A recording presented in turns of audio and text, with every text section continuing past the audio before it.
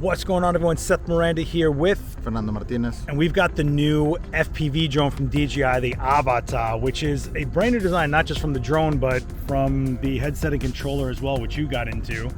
But before we get into his world, let's talk about what happened on this drone. Off the bat, we're looking at a smaller and lighter design than the previous FPV drone. It's tiny and way lighter, but it's also kind of designed with collision scenarios in mind, right? You have these sensors on the bottom that let you fly at lower altitudes and also better for indoor type flight. And you've got these bumpers around the propellers to be able to handle taps against actual surfaces, so it's not out of the game once it touches something. But it also has turtle mode. Yes. Yeah, so turtle mode, if it's flipped upside down, a few taps and it will right itself. So overall, physically, aside from being lighter and smaller, it seems like it's just trying to keep you in flight as long as possible, aside from battery life.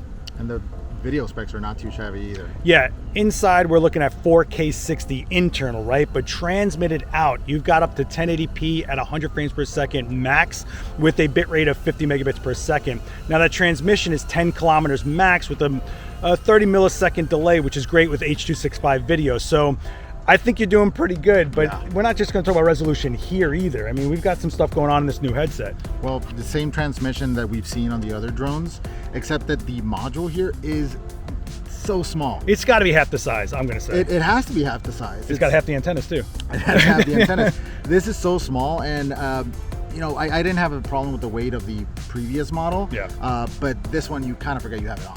It really is that. And light. That's the experience. And that is the experience. Not only that, but it has a 1080p micro LED screens here in the intro. But it's not just the resolution. This has refresh rates of up to 100 frames per second, but it will vary based on your video settings. So in that regard, you're kind of in that video, right? So how does that feel? Immersive. Immersive, there's the word. There we go. There's a marketing word for you. Okay, but how about the controls? So the control itself that it comes with, at least in the combo, the bundle that we got, is the motion control, which handles just like any other type of, piloting, either drone or helicopter type situation, where it's just composed of the accelerator trigger. You have the camera tilt, up and down, the lock button, the mode button, and the brake button. The brake button is actually very, very important because it's a motion controller. You can't set it just immediately down, because then your drone starts heading down. Yeah, it's true. I get it. So what you need to do is just hit the brakes and it starts floating.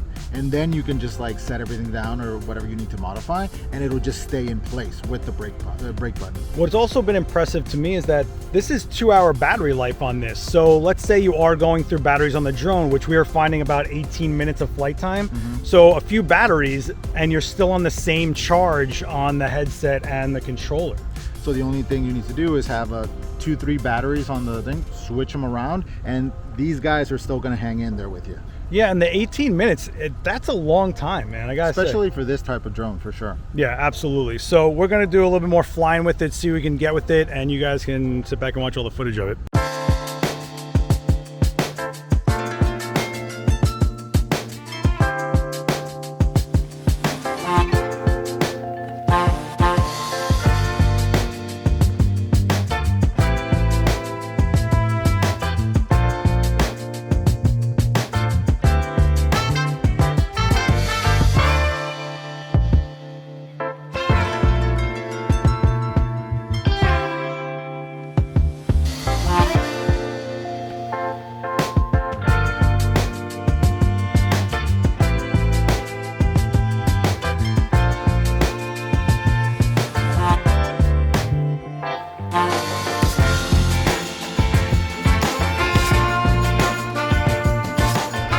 So you said it's immersive, right, based on the interface? Very immersive. Not only, physically because of how the goggles sit in the diopter and everything, but also you can reach up to 155 degrees of field of view depending on the settings and the aspect ratio. And apparently the average field of view is 84 degrees, to give you guys an idea of that. And I think if you're going to be looking directly through the drone's eyes, that's going to make a difference, right? Pretty much, yeah. And speaking of eyes, let's talk about the diopter, because you were saying it's pretty intuitive.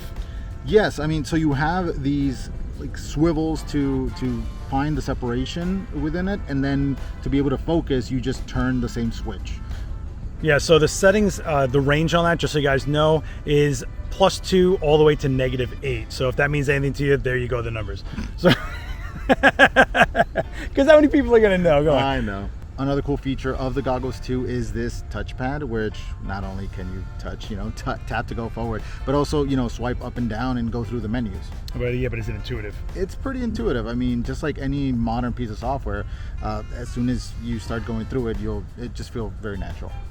So obviously this is a pre-released demo unit, so we only got one battery. Obviously you can carry more with you, but we had 18 minutes of flight time, and then we went to go charge the battery. No joke. You plugged into a power bank, not even an outlet, and we went and got breakfast at a diner here in Brooklyn, and that was a full charge. Under an hour. I mean, we didn't take that long.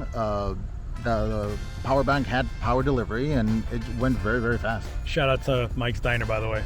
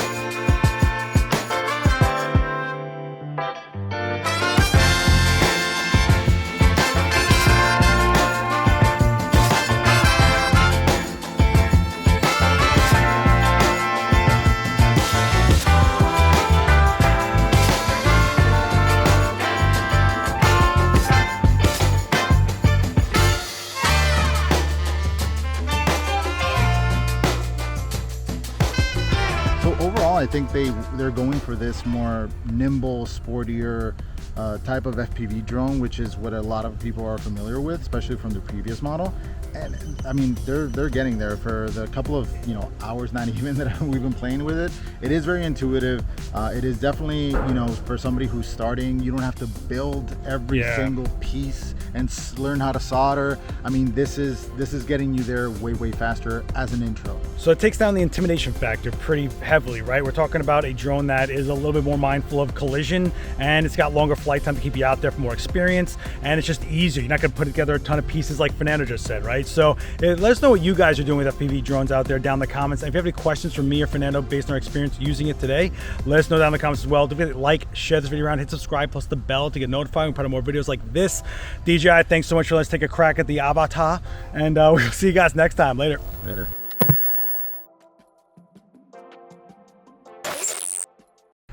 All right, well, that's going to do it for us here with the DJI Avata. If you guys have any questions for me or Fernando about our experience using this thing today, Avata. There you go. There's the first question answered. Avata. What did I say? Avata.